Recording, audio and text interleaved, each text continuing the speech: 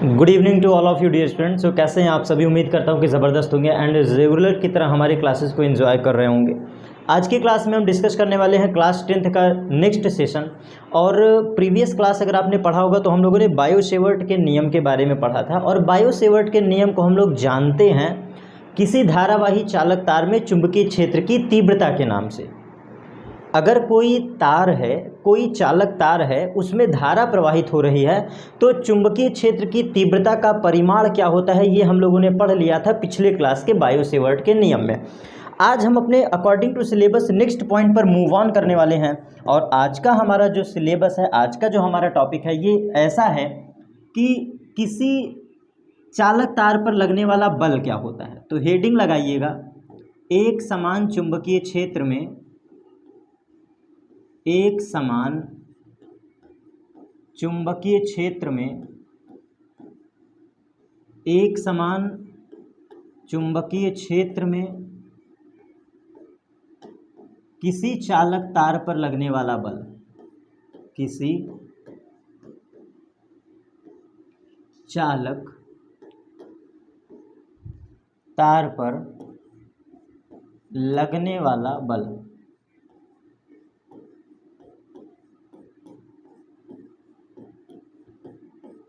ये हमारा टॉपिक है। किसी चालक तार के कारण जो लगने वाला फोर्स होता है वो क्या होता है। Overall the magnetic force due to current carrying wire, ठीक है, in uniform magnetic field.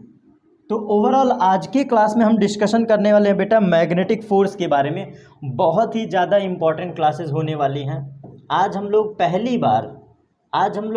Bar magnetic force के बारे में जानेंगे, चुंबकीय बल के बारे में जानेंगे। हम लोग पहली बार चुंबक के सिलेबस में चुंबकीय बल के बारे में अध्ययन करने जा रहे हैं। और ये क्लासेस इससे पहले हमारे इस चैनल पे नहीं आया है, इसलिए कंसंट्रेट होके पढ़िएगा। अकॉर्डिंग टू सिलेबस ये हमें पढ़ना ही है, ये टॉपिक हमें पढ़ना ही है, ठीक है। तो मैग्नेटिक फोर्स का कॉन्सेप्ट क्या है, आइए आपको कॉन्सेप्ट फील करवाते हैं, फिर इसके बाद आंसर समझेंगे।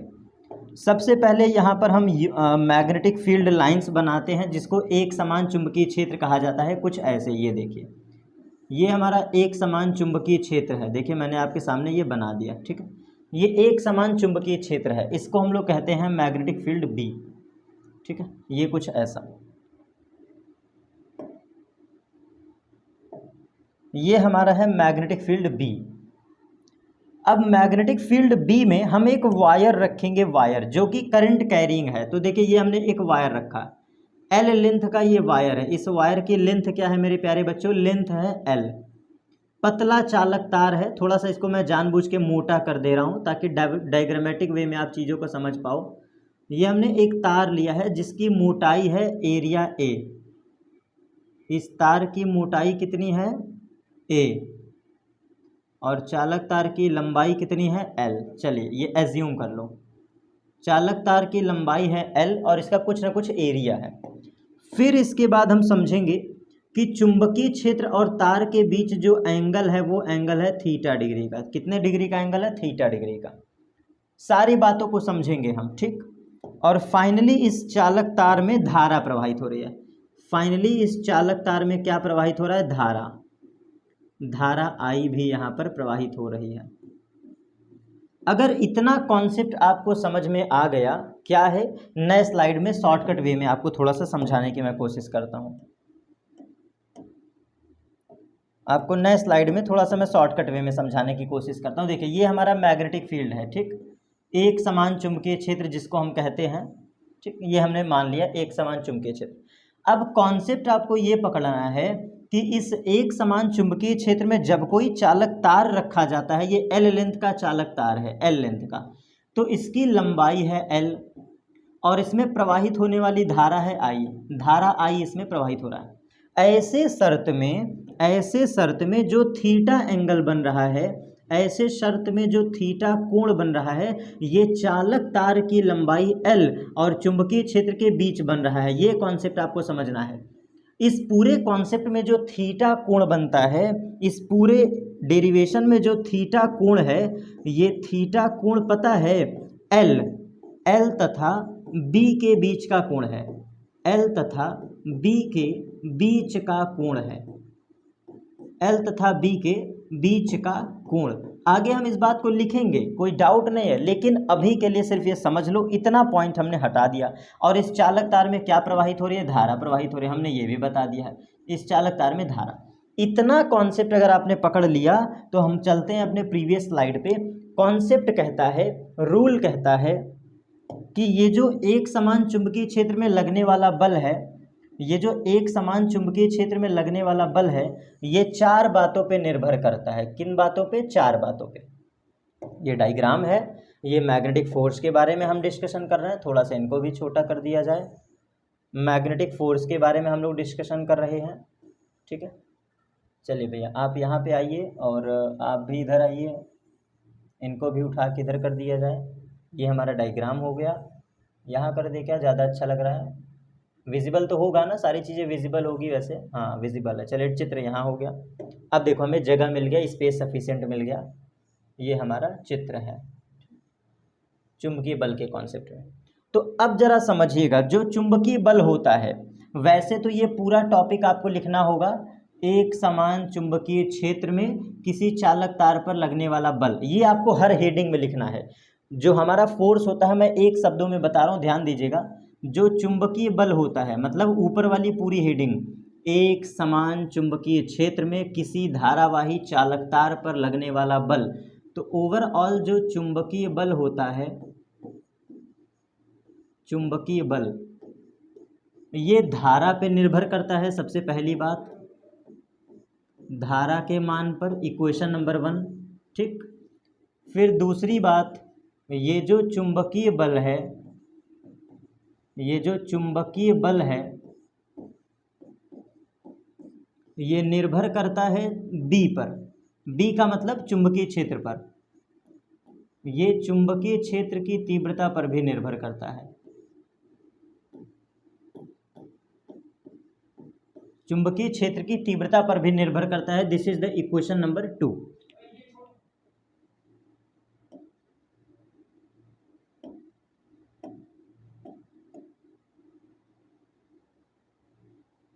अब तीसरा पॉइंट है, तीसरा पॉइंट, ये जो हमारा चुंबकीय बल है,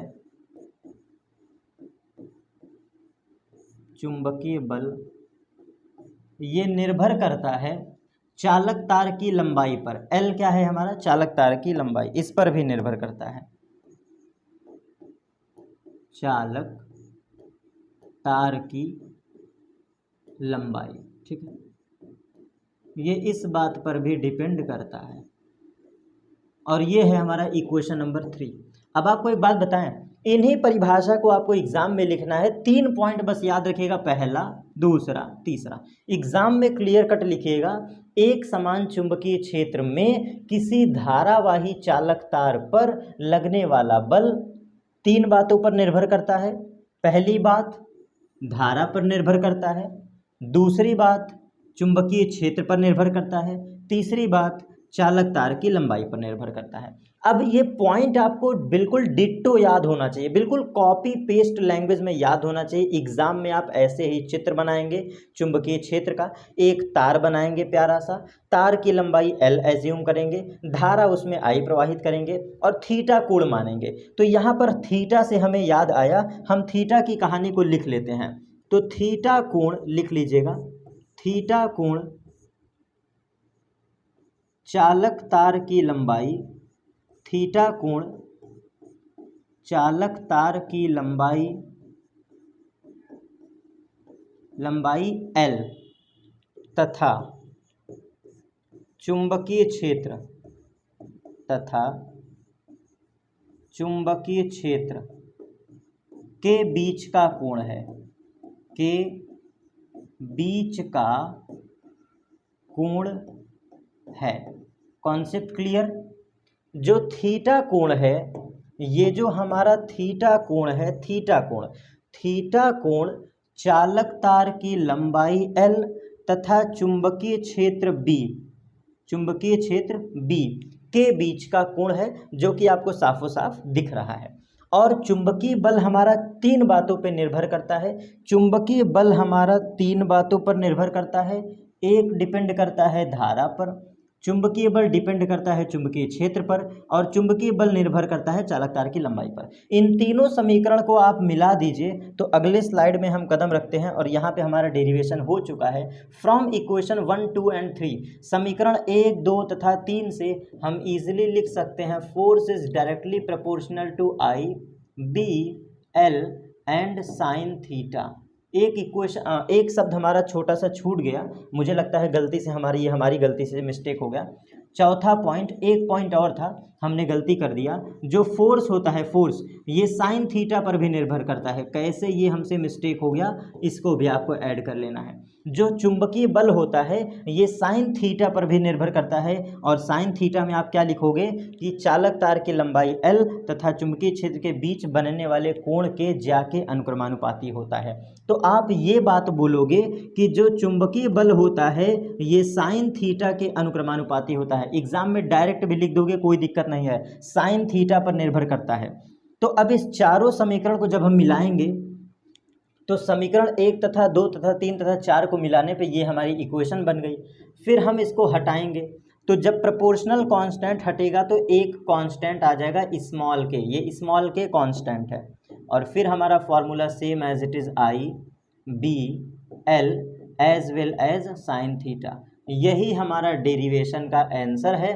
और आप यहाँ बता दीजिए, चूँकि के नियतांक है, के क्या है, नियतांक है, इसलिए के की वैल्यू 1 है। स्मॉल के की वैल्यू क्या है, 1 है, 1। इसको पुट कर दो तो we will get the final answer F is equal to I B L sine of theta. बहुत क्लियर कट आप याद रखिएगा इस केस स्टडी को। ये हमारा डेरिवेशन यहाँ पे प्रूफ होता है। अब कुछ बच्चों के दिमाग में आता है कि सर ये जो आपने साइन थीटा लिखा है, क्या इसका नाम परिभाषित कर सकते हैं? तो देखो, मैंने यहाँ पे एक स्लाइड लिखी है।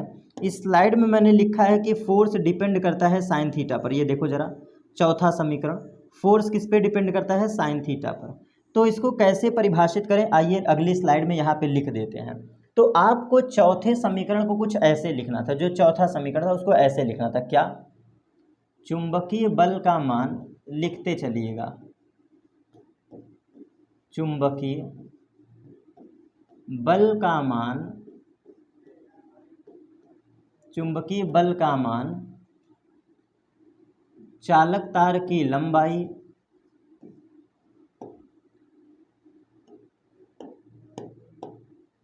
चुंबकीय बल का मान चालक तार की लंबाई, चुंबकीय बल का मान चालक तार की लंबाई L, चुंबकीय बल का मान चालक तार की लंबाई L तथा एक समान चुंबकीय क्षेत्र, एक समान चुंबकीय क्षेत्र, एक समान चुंबकीय क्षेत्र B के बीच बनने वाले कोण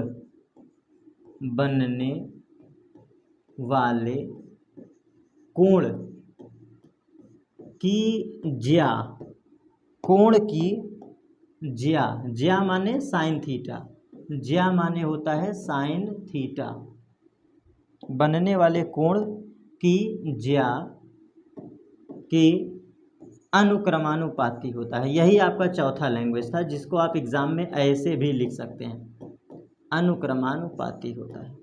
एग्जाम में आप चौथे समीकरण को ऐसे परिभाषित कर सकते हैं, ये थोड़ा हार्ड है लेकिन बेस्ट है, force is directly proportional to sine of theta.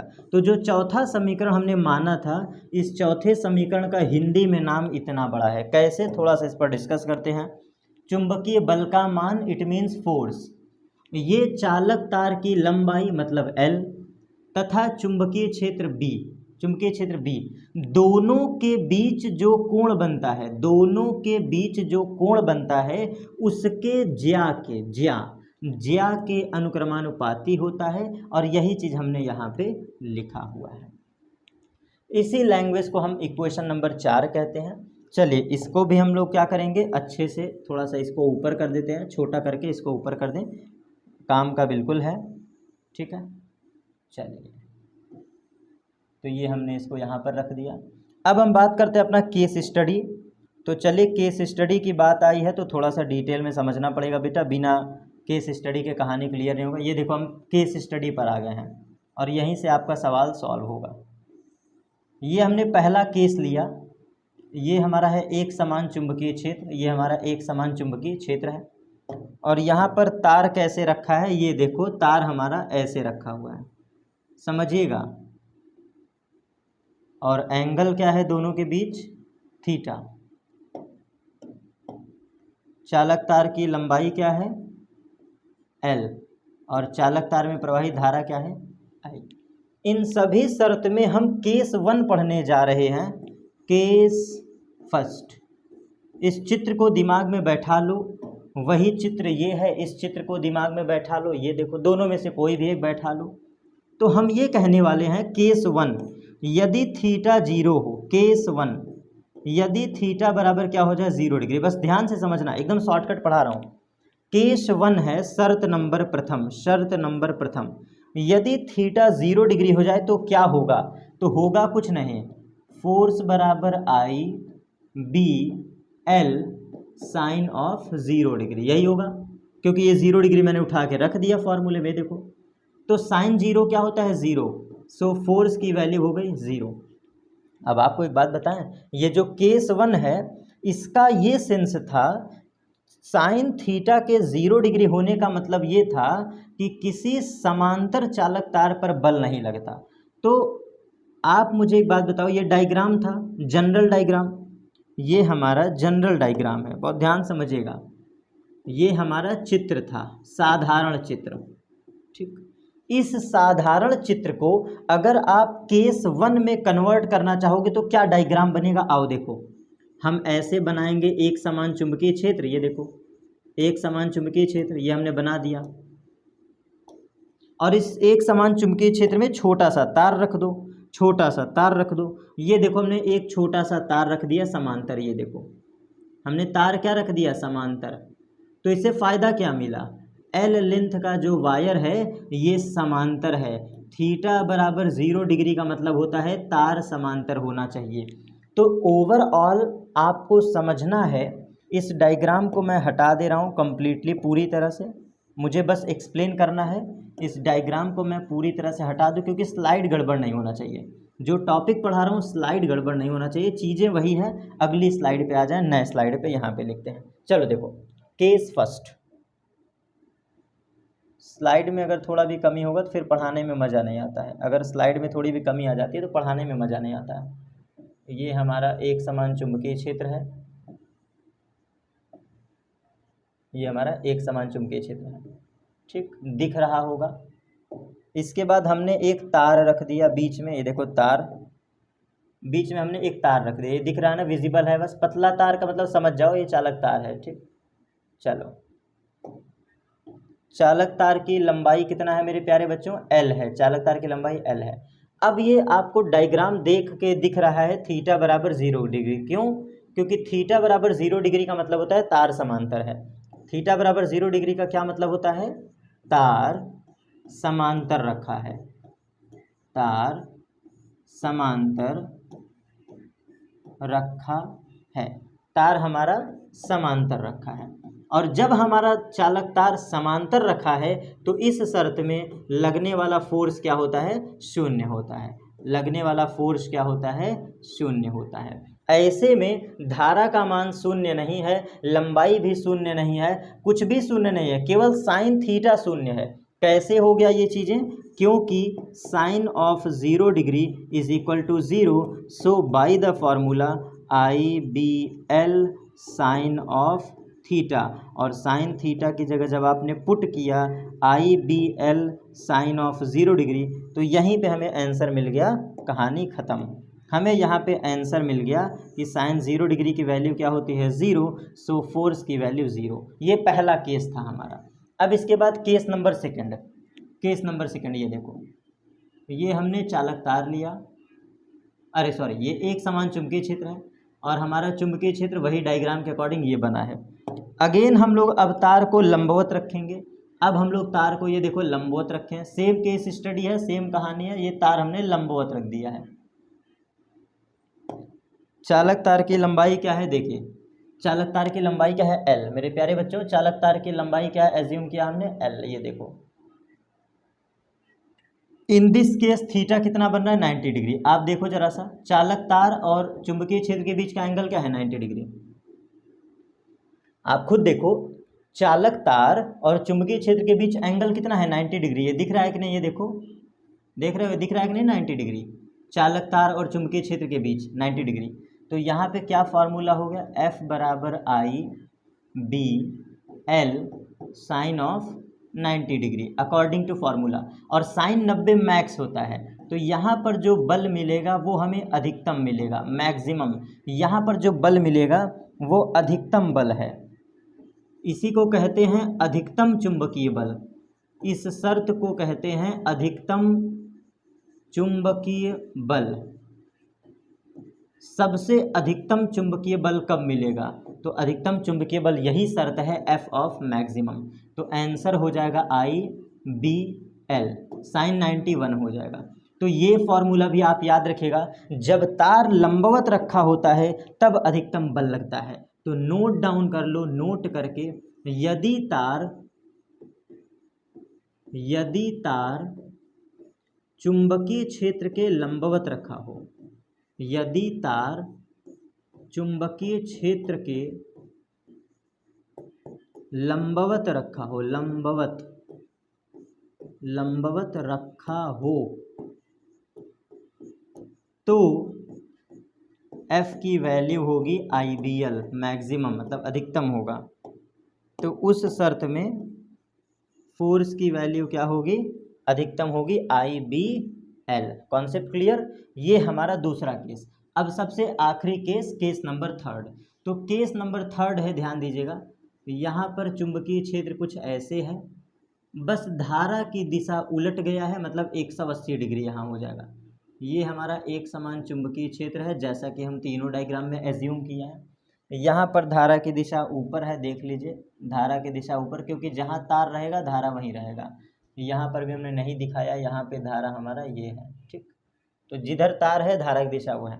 अब यहाँ अपोजिट हो जाएगा, हम 180 डिग्री का केस पढ़ रहे हैं। यहाँ पर तार ऐसे रखा है, जरा ध्यान दीजिएगा, यहाँ तार अपोजिट रखा है।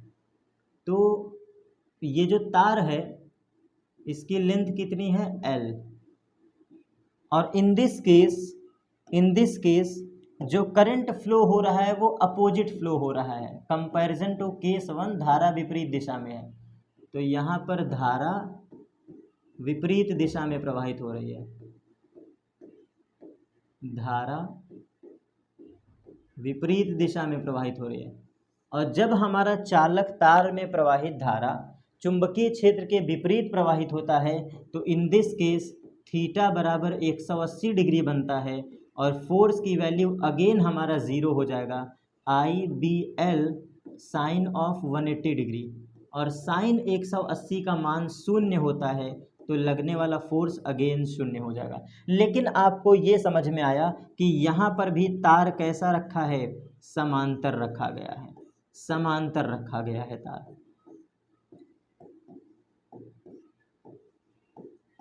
चालक तार कैसा रखा गया है, समांतर। तो ये पॉइंट आप याद रखना, यदि तार 0 डिग्री बना रहा है मतलब समांतर, ये वाला केस ध्यान से देखो, अगर हमारा चालक तार समांतर है 0 फोर्स, लंबवत है अधिकतम फोर्स, 180 डिग्री है न्यूनतम फोर्स, नो फोर्स, 0 फोर्स। तो ये कॉन्सेप्ट आपको रटा होना चाहिए। अब इसी चीज़ को मैं समराइज़ करूं, एकदम समराइज़ करूं, देखो 3 स्लाइड हमारी हो गई, चौथे स्लाइड पे चलते हैं। चलिए चौथे स्लाइड पे चलते हैं। देखो अब आपको ट्रिक बताऊं, ट्रिक सुन लो, ट्रिक, ये कभी रटना ही नहीं पड़ेगा, ट्रिक। मैं कहता हूं ये देखो चुंबकीय क्षेत्र है, ये देखो चुंबकीय क्षेत्र, ठीक है, एक इसको बना दे रहे हैं, ठीक, एक ऐसे चुंबकीय क्षेत्र बना दे रहे हैं। ट्रिक है ये सब, मतलब एकदम इजी ट्रिक है, ठीक। एक ऐसे चुंबकीय क्षेत्र है, ऐसे, ठीक। इन सब में चुंबकीय क्षेत्र एक समान है, घबराना मत, सबका चुंबकीय क्षेत्र एक समान है। आपको रट जाना चाहिए, क्या रट जाना चाहिए? अगर तार समांतर है, ये देखो ये तार समांतर है, चालक तार की लंबाई क्या है? एल। ये चालक तार क्या है? समांतर। तो सीधा जवाब दोगे फोर्स की वैल्यू 0, चेक ही मत करो। यहाँ तार समांतर है, यहाँ ऐसे तार है, ये देखो चालक तार ये है, देखो चालक तार की लंबाई क्या है? एल। चालक तार की लंबाई क्या है? एल। तो चुंबकीय क्षेत्र के विपरीत तार रखा गया है, देखो चुंबकीय क्षेत्र के विपरीत, मतलब है समांतर ही लेकिन विपरीत रखा गया। आप ध्यान से देखो, कंफ्यूजन हो रहा है क्या? इसको इरेज कर दें, देख के कहीं कंफ्यूजन हो रहा है ना, लो हटा दिया हमने सब। चलो अब तो नहीं ना कंफ्यूजन होगा, इसको पूरा ही हटा दो। चलो ये चुंबकीय क्षेत्र है, और चुंबकीय क्षेत्र में देखो ये एक तार रखा गया है, एल लंबाई का तार, ये चुंबकीय क्षेत्र में एक तार रखा गया है, लेकिन इस तार में धारा की दिशा क्या है? विपरीत है। ये देखो चुंबकीय क्षेत्र के विपरीत है धारा। केस स्टडी दिखाएं, देखो केस स्टडी, ये देखो चुंबकीय क्षेत्र के विपरीत धारा है, ये वाला केस देखो, ये वाला केस देखो, चुंबकीय क्षेत्र के विपरीत धारा है, ये देखो चुंबकीय क्षेत्र के विपरीत धारा है। तो वही कॉन्सेप्ट है, देखो चुंबकीय क्षेत्र नीचे है, नीचे की ओर, और धारा बह रहा है ऊपर, तो फोर्स की वैल्यू क्या है? 0। अब यहाँ भी देखो, यहाँ पर हमने एक चालक तार रखा, ये देखो हमने एक चालक तार रख दिया, ये देखो ये रहा एल लंबाई का चालक तार, जिसमें प्रवाही धारा नीचे की तरफ है, और इस चालक तार की लंबाई क्या है? एल। तो इस केस में भी फोर्स क्या होगा? 0 फोर्स होगा। और सवाल देख लो, ये देखो एक समान चुंबकीय क्षेत्र है, एक समान चुंबकीय क्षेत्र, और यहाँ पे हमने एक तार रखा, ये फिर से समांतर है, ये देखो हमने एक तार रख दिया समांतर, तार की लंबाई कितनी है? एल। तार में प्रवाहित धारा क्या है? आई। धारा की दिशा विपरीत है, तो फोर्स क्या बोलोगे? 0। Concept clear? और देख लीजिए एक आध और देख लीजिए, ये हमारा एक समान चुंबकीय क्षेत्र है, एक समान चुंबकीय क्षेत्र। अब की बार हमने तार को लंबवत रखा है, अब की बार हमने तार को ये देखो लंबवत रखा है, चुंबकीय क्षेत्र के लंबवत रखा है, और तार में धारा का मान कितना है? आई। तार में धारा का मान है आई। तो ऐसे केस में एंगल कितना बना रहा है बच्चों? 90 डिग्री। और 90 डिग्री के केस में फोर्स मैक्सिमम होता है, आंसर होगा IBL sin 91, IBL। तो ये मैंने सिर्फ इतना समझाना चाहा, इस ट्रिक के थ्रू मैंने ये समझाना चाहा, देखिए बताता हूँ हमने क्या समझाना चाहा। इस ट्रिक के थ्रू मैंने ये समझाना चाहा कि जितने भी आपके क्वेश्चंस हैं, ये छोटे छोटे जितने भी क्वेश्चंस हैं, यहाँ पर मैंने बस एक ट्रिक लगाया, एक ट्रिक, यदि तार समांतर है, यदि तार समांतर है चुंबकीय क्षेत्र के, यदि तार समांतर है चुंबकीय क्षेत्र के, बस इतना ही, यदि तार समांतर है चुंबकीय क्षेत्र के तो फोर्स की वैल्यू 0। ये मत देखना धारा की दिशा में है कि धारा के विपरीत है, नो फोर्स। और दूसरा हमने देखा, यदि चालक तार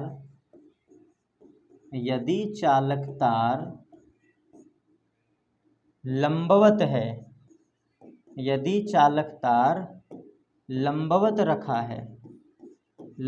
रखा है चुंबकीय क्षेत्र के, अगर चुंबकीय क्षेत्र के लंबवत रखा है तब फोर्स की वैल्यू होगी IBL, और ये होगा तुम्हारा आंसर।